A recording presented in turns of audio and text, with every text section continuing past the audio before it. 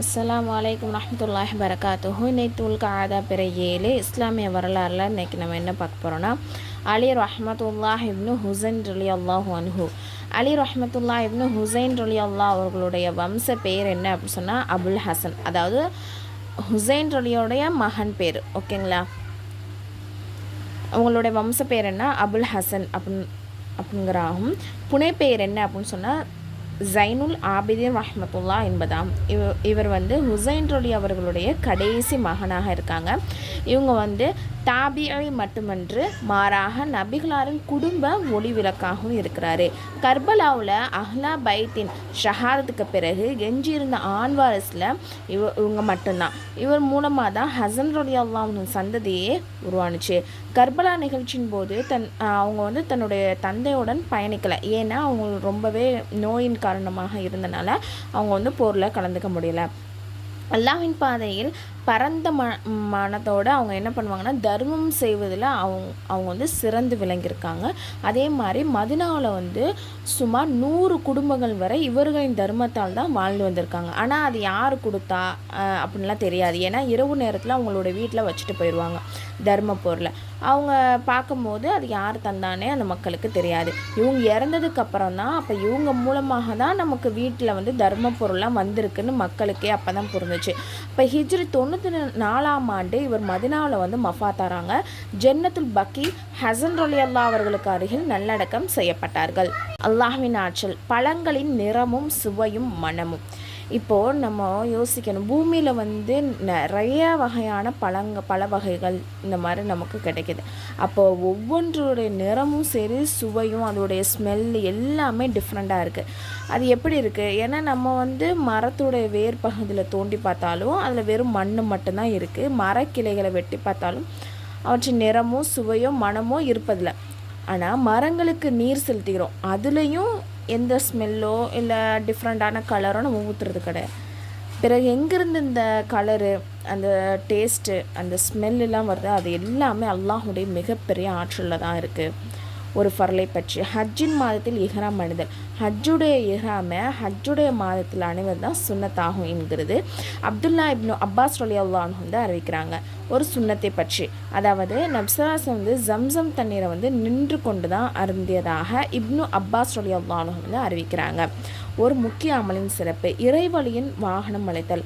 அதாவது நப்சராசம் சொல்கிறாங்க, யார் அல்லாஹ்வையும் அவனது வாக்குறுதியும் நம்பி இறைவனுடைய பாதையில் அவங்களுடைய வாகனத்தை வழங்குறாங்களோ, வாகனம்னா அந்த காலத்தில் என்னது, ஒட்டகம், குதிரை இந்த மாதிரி தானே இருந்திருக்கு. அப்போ அந்த பிராணியை கொடுக்குறாங்களோ, அந்த வாகனத்தை கொடுக்குறாங்களோ, அந்த பிராணிக்கு அவங்க என்ன சாப்பாடு, தண்ணி, அது பாத்ரூம் போகிறது, சிறுநீர், இதுக்கு எல்லாத்துக்கும் எடை அளவு என்னது அவங்களுக்கு மறுமை நாளில் நன்மை வழங்கப்படும் அப்படின்னு சொல்லப்படுது.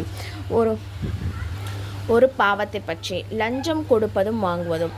லஞ்சம் கொடுப்பவரையும் வாங்குவரையும் நப்சாசம் சபித்துள்ளாங்க அப்படின்னா அப்துல்லா இப்னு அம்ர் ரலியல்லாஹு அன்ஹு அறிவிக்கிறாங்க. உலகத்தை பற்றி, இவ்வுலகம் முஃமின்களுக்கு சிறைச்சாலையாகவும் காஃபிர்களுக்கு இது ஒரு சொர்க்கமாகவும் இருக்குது அப்படின்னு சொல்லிட்டு நப்சல்லாசம் சொல்லியிருக்காங்க. இதோடைய விளக்கம் என்ன அப்படின்னா, ஷரியத்தின் சட்டம்படி செயல்படுவது அது எப்படி இருக்குன்னா, மன இச்சைகளை தவிர்த்து என்னது, அதாவது நம்ம மனசில் 1008 விஷயம் தோணும், ஷைத்தான் பல விஷயத்தை நம்மளுக்கு தூண்டுடும். அது எல்லாத்தையுமே நம்மளுடைய கட்டுப்பாட்டில் இருந்து அல்லாஹும் தூதர் என்ன சொல்லியிருக்காங்களோ அது கட்டுப்பட்டு வாழ்கிறோம் இல்லையா. இப்போ எப்படி ஒரு கைதி இப்போ நம்ம வெளியில் இருக்கிறவங்க எவ்வளோ சுதந்திரமாக நம்ம இஷ்டத்துக்கு எப்போ வேணால் சாப்பிட்லாம், தூங்கலாம், என்ன வேணால் பண்ணலாம். ஆனால் கைதி எப்படி பண்ண முடியுமா? பண்ண முடியாது தானே.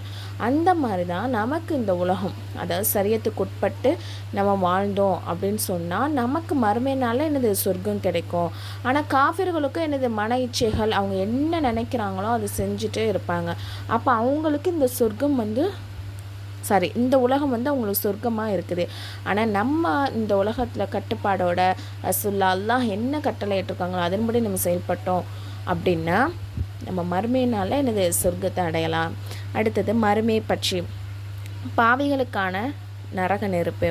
குர்ஆனில் அல்லாஹ் தஆலா சொல்கிறான், வானம் கடுமையாக அசைந்து சுற்றும் நாளில் இன்னும் மலைகள் ஒரே நடையாக நடக்கும்போது சன்மார்க்கத்தை எதிர்த்து அதை பொய்யாக்கி கொண்டிருந்தோருக்கு அந்நாளில் கேடுதான். அவர்கள் வீணானவற்றில் மூழ்கி விளையாடி கொண்டிருக்கின்றன. அந்நாளில் அவர்கள் நரக நெருப்பின் பால் ஒரேடியாக தள்ளப்படுவர். நீங்கள் எதனை பொய்யாக்கி கொண்டிருந்தீர்களோ அந்த நரக நெருப்பு இதுதான் என்று அந்நாளில் அவங்களுக்கு சொல்லப்படும் அப்படின்னு சொல்லிட்டு அல்லாஹாலா சூரா நூரில் சொல்கிறான். அடுத்தது நபி வழி மருத்துவம். அரிப்புக்கு வைத்தியம். அப்துல் ரஹ்மான் இப்னு அவுஃப் ரலியல்லாஹு அன்ஹு, ஜுபைர் இப்னு அவ்வாம் ரலியல்லாஹு அன்ஹு ஆகிய இருவருக்கும் ஏற்பட்ட உடல் நமைச்சலுக்காக பட்டாடை அணிந்திட ரசூலுல்லாஹ் வந்து அனுமதிச்சிருக்காங்க. அதாவது அவங்களுக்கு உடம்புல ஏதோ ஒரு அரிப்பு மாதிரி இருந்திருக்கு, சரிங்களா? அதனால் அவங்கள வந்து, ஏன்னா ஆண்கள் வந்து பட்டாடை அணியக்கூடாது இல்லையா, அதனால் இவங்க 2 பேர்த்துக்கும் அந்த உடல் ரீதியான பாதிப்பு, அரிப்பு இந்த மாதிரி சம்மந்தமாக இருந்தனால அவங்கள வந்து பட்டாடை அணியும்படி நபிஸாஸ் வந்து சொன்னதாக அனஸ் இப்னு மாலிக் ரலியல்லாஹு தான் அறிவிக்கிறாங்க. விளக்கு என்னென்னா, இயல்பான, அதான் நம்ம முன்னாடி சொன்னோம் இல்லையா, ஆண்கள் வந்து இயல்பாகவே பட்டாடை அணிகிறது ஹராம், சரிங்களா?